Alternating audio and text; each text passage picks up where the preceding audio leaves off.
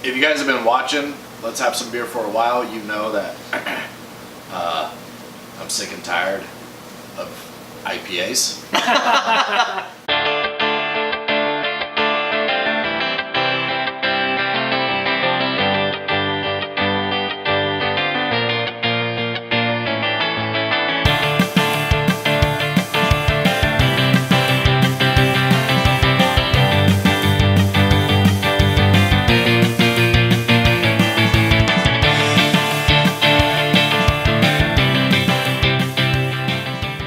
What's going on, guys? Welcome to another bonus episode. I'm Jeff. I'm Jacob. I'm John.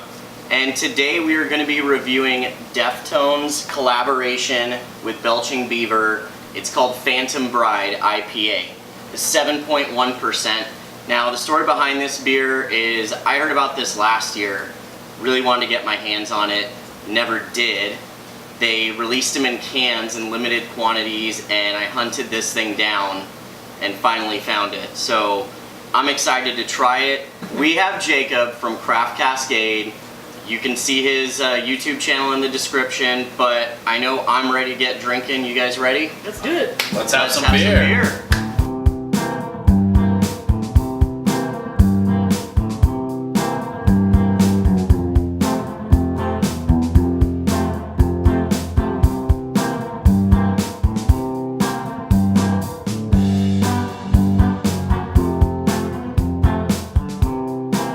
Alright, so the beers are poured. Let's go ahead and get into that aroma. Cheers, guys. Cheers.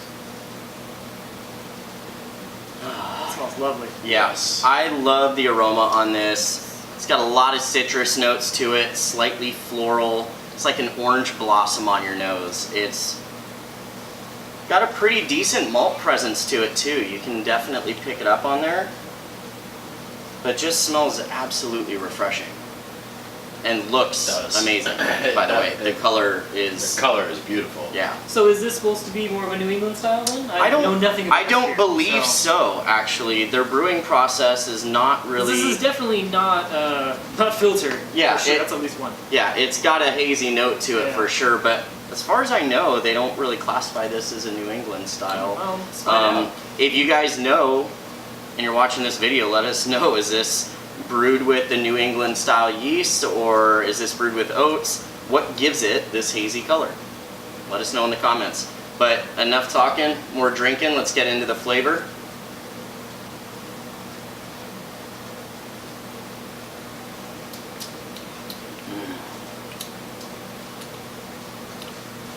I like it because you get all the bitterness and the malts right at the front end, and then it finishes real clean. You still get like the remnants of bitterness, but it's not a lot. It's not sticking on your tongue. It's very little bitterness at the end. You know, so it doesn't really tell you what exactly it is, but it does say it gives you Amarillo, Citra, and Simcoe, and Mosaic, so all of the usual suspects. Oh yeah. Are in this one. Yeah, the Citra, I mean, I've been trying so many IPAs lately that are just Galaxy, Mosaic, and Simcoe all the time. And I remember first really getting into craft beer, especially when I started brewing myself. Citra was one of my go-tos, and man, now I'm reminded why. I mean, this is tasty. I mean, especially for West Coast, Citra hops were always one of the go-to ones. Like, if you wanted to make a good IPA, you just threw a ton of Citra in it. Yeah, you can't go wrong. Now, yeah, they're definitely, Galaxy is really coming up, and I can understand why you can. Yes. It's like the last 5 beers you probably had some Galaxy. Yeah. I get that. All right, so let's talk about the aroma. We've now smelled the beer, we've tasted the beer. John, how would you rate this aroma on this beer? So definitely, right, like Jeff said, there's a lot of citrus notes to it. I'm not sure if I get much of the malty presence personally, but definitely get a lot of citrus, that's for sure. Honestly, rating wise, probably a 6. Wow. So it's not exactly the best hit of scent that I've gotten from an IPA before. So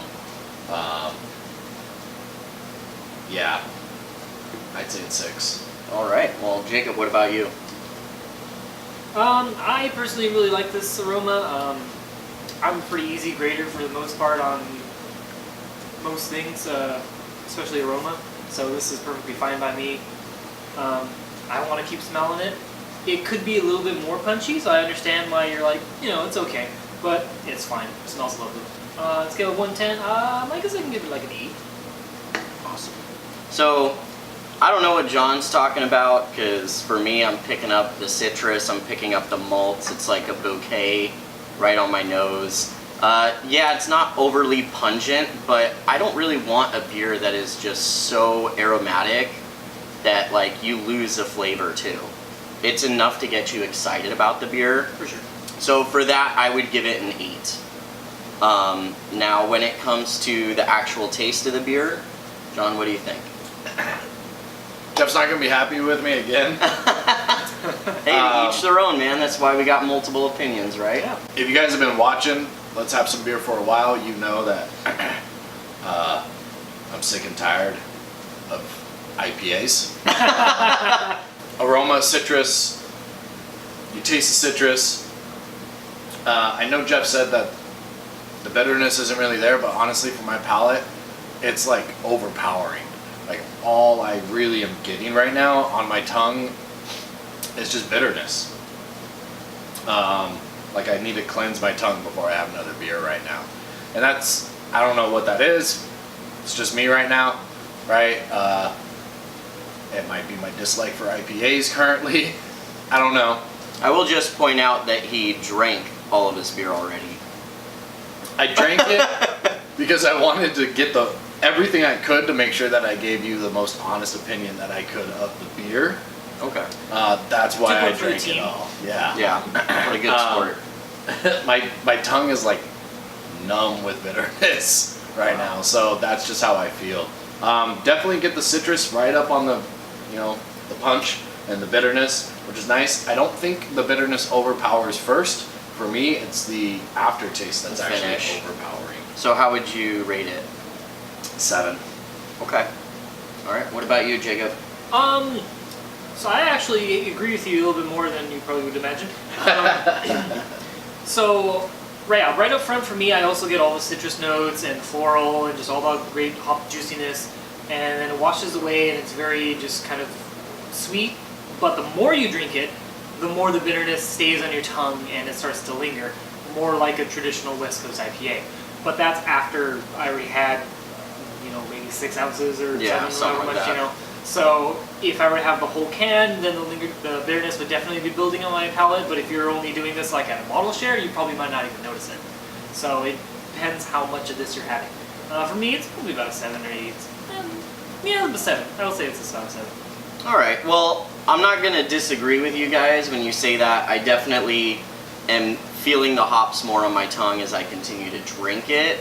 I think what it is more than anything for me is that initial sip was very crisp, very clean. It wasn't a strong hop presence. It's just that it lingers over time. Right. I don't think it's like, like a punch of hops. It's, just the hops at the party that just won't go home.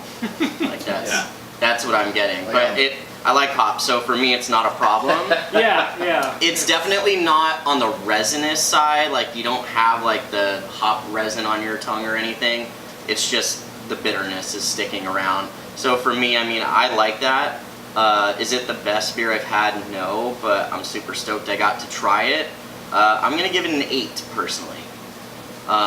So now comes time that we talk about if we would ever buy this beer again. I kind of think I know your answer, John, but go ahead and let us know.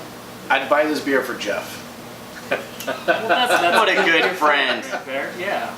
Because it's so hard to get, if I did see it and it was like somewhere I came across it in any way, I'd get it for Jeff. I wouldn't buy it for myself though. No. All right. Well, what about you, Jacob? I think the can design is rad. They did a great matte can finish. You can't really necessarily tell from this video. I also like the Deftones. And I've liked Belching Beaver in the past, so I have no reason not to buy this if I see it on the shelf. Yeah, the can design alone is what really got me excited about this beer. Yeah. And the fact that the Deftones helped them brew it, I mean, that's so badass. For me, I would totally buy this beer again. I would wait until it's in stock and pick it up. It's not necessarily the greatest beer on earth, but it is rare and it is an overall good beer. I mean, I really like this beer, so it would be worth seeking out again, for sure.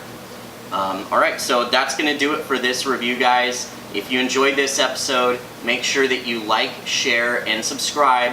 Leave a comment below if there's a beer you'd like to see us try next. So thank you, Jacob from Craft Cascade, for joining us, and we look forward to trying some more beers next. Until then, we'll see you next time on Let's Have Some Beer.